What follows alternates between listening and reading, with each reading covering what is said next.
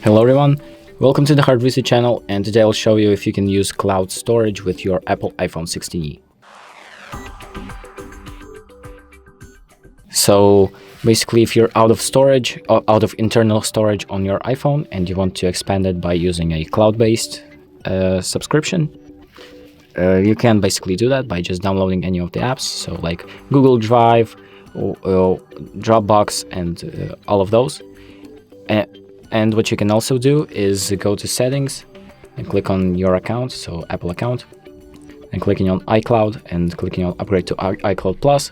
You can buy an iCloud Plus subscription to gain more storage inside of your iPhone, which is basically easier to access because it's built into your iPhone, and it works pretty well with your photos and stuff. And yeah, that's basically it. Short answer is you can use a cloud-based storages on your iPhone 16e. And that's about it. Thank you for watching. I hope this video helps, and make sure to like and subscribe.